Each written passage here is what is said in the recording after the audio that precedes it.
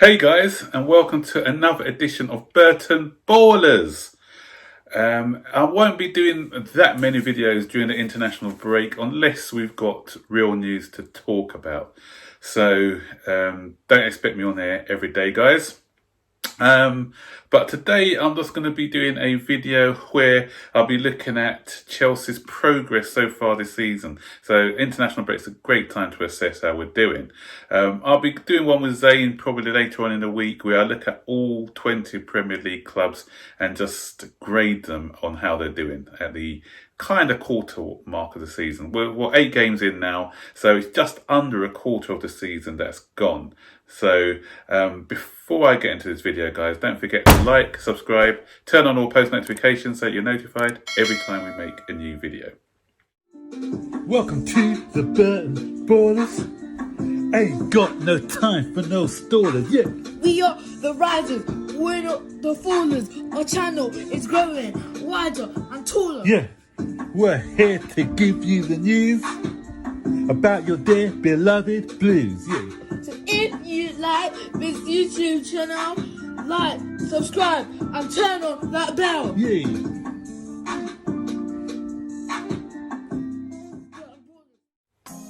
Okay guys, let's get into this now then. So Chelsea have played 8 games so far, so not a bad start. You know, we could have done a bit better in some games, but all in all, it's okay. You know, 4 wins, 3 draws and 1 defeat.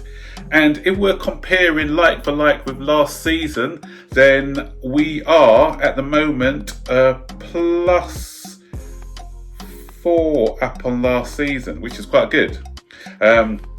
I'm just looking at each game. Brighton, we've gained 2 points on Brighton. We only drew with Brighton last season. This season we've beaten them at their ground. I'm using West Brom. I'm taking Norwich for West Brom because obviously a promoted side, newly promoted side. So last year we got the double over Norwich. We've dropped 2 points against West Bromwich Albion. Disappointed, but not disappointed in the way that we came back from 3-0 down though. That's the only positive from that one. So I'll say -2 on that one. Manchester United got the double over us last season. We got a point at Old Trafford after a 4-0 hammering. So we're up 1 on Manchester United. Southampton, they came to our place and beat us 2-0. Again, although we we're kind of disappointed with after being 2-0, 2 goals up against them and then drawing the game 3-3 and again in the last minute. But it's a point gained on last season, so reasons to be positive. Sheffield United, another team who we only got 1 point of last season. So we've already got 2 more points than we did in both games last season. So we've gained 2 points on Sheffield United with a big win, so that's great. Liverpool, we lost, so that's again, we lost to them, so we lost again, so that's scrapped. Burnley, we beat them and we beat them again. Crystal Palace, we beat them last season and this season. So with my calculations, that puts us +4 up from last season. So that's great. And I said before, you know, the club, you know, the team were gelling. That's why we got some sort of iffy results at the beginning of the season, and we didn't have a proper goalkeeper. So we conceded 3 against West Bromwich Albion, we conceded 3 against Southampton, and that's without 2 key players that I'm going to be talking about in a minute. If we had those 2 in the side, I think the results would have been different in both of those games. So I've been telling people for ages now, Frank, once he has his personnel, which he has had in the last couple of games, bar Pulisic, once he has the players that he wants in the side, we're going to see a different Chelsea. We're starting to see a different Chelsea now. I'm not gassing it too much because, like, I didn't press the panic button when we weren't getting the expected results at the beginning of the season.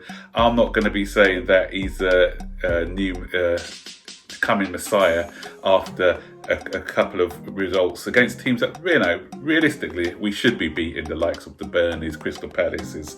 But as I said, we didn't do it last season. Bournemouth last season.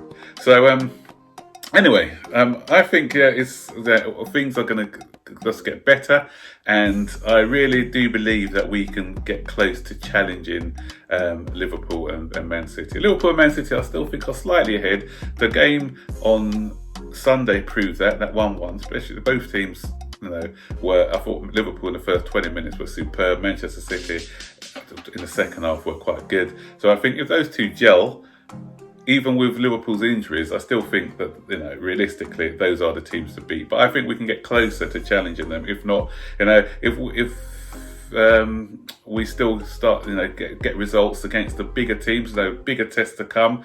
Now, our next two games, I think, will be a closer barometer of how we'll end up at the end of the season, because we've got Newcastle, who we never beat. We always seem to get poor results against Newcastle at St James's Park. We always beat them at our ground, but St James's Park, we never beat them. So if we can get a positive result against Newcastle, then Tottenham, because Jose Mourinho, although we got the double over them last season, Jose Mourinho is going to be gunning for us this season. He wants to get one over Frank. And Tottenham are going well at the second in the table at the moment. So if we can get two positive results against those two, then I will be a lot more confident about our chances of challenging for the top honour this season. So I'm going to quickly run through some of the players, especially the new ones, and just assess how they've started the season. For me, the biggest pluses, everyone knows who I'm going to say. There are three big pluses for this season, and they've totally transformed the way that we play. In the defence, Mendy, we've finally got a goalkeeper who knows how to save a ball. And he knows how to command the back line. In Thiago Silva, we've got a defender who brings that calmness and organisation to our back line. And Ben Chilwell, those three, we've got a left back now who we can depend on. Is dependable going forward and defensively as well. So those three, there's no coincidence that they've come in, we've kept clean sheets. It's not rocket science why we're doing that.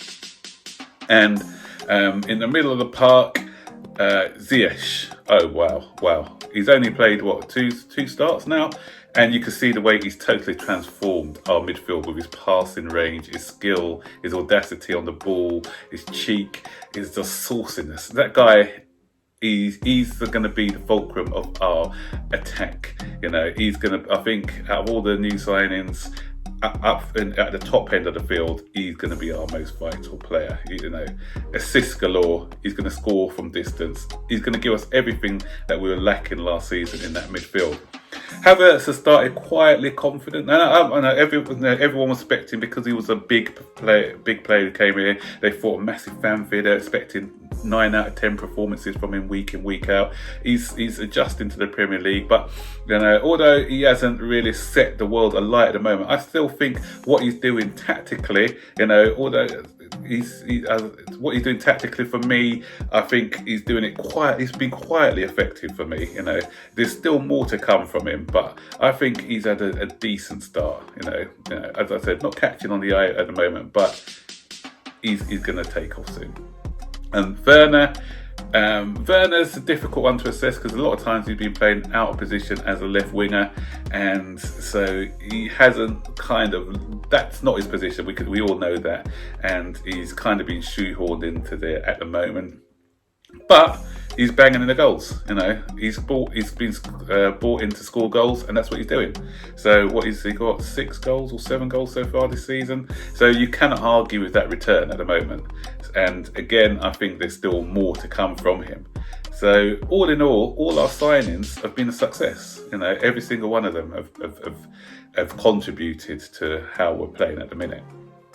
And Frank Lampard, don't underestimate him and his pulling power, because Thiago Silva yesterday, he's another one now. So far we've had Ziyech, we've had Havertz, we've had Werner, who spoke about the pulling power of Frank. And yesterday in a news article, Thiago Silva, nice touch by Frank Lampard, because Thiago Silva said when he was making his decision, sometimes you're still in that, should I sign that contract extension? Because PSG wanted him to sign that contract extension. He said he wanted to try a new adventure. Chelsea had been already in talks. And what actually sealed the deal, the killer for him, was when Frank Lampard sent him a picture of them when I think Frank Lampard was captain in England, he was captain in Brazil. He had kept that picture. He sent him that picture. So that's those little things, and it stuck in Thiago Silva's mind, because wow, this is somebody I want to play with. So Frank Lampard obviously has learned from the psychology side from Jose Mourinho, so I'm glad that he's taken that into his game. There's some disappointments now. Going on to the disappointments at the beginning of the season, Pulisic's injuries. That's so worrying because he's just getting injured so many times. So he hasn't had a chance to really hit the ground running because of his stop-start season. The handling maybe of the likes of Rudiger, although I wouldn't have Rudiger in the side. Frank Lampard, I'm not sure what's going on with that, and even some of the players like Callum Hudson-Odoi, why he hasn't featured in more games.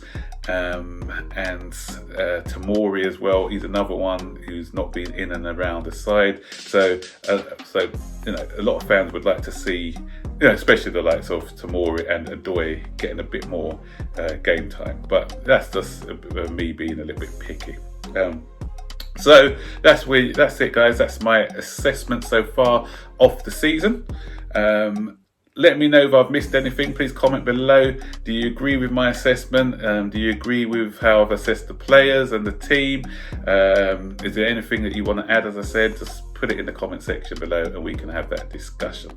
So guys, that's it for the video. And don't forget, like, subscribe, turn on all post notifications so you'll be notified every time I make a new video. Until then, guys, take care.